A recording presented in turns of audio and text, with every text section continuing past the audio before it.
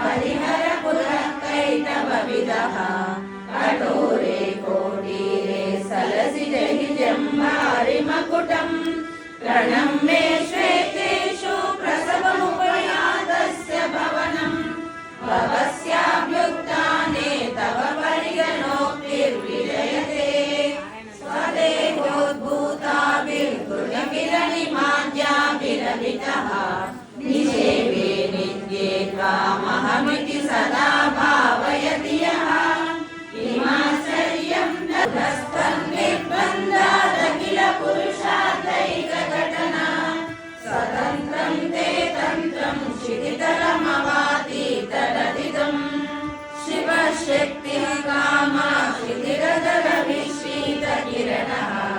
स्मरोऽहं सशक्तः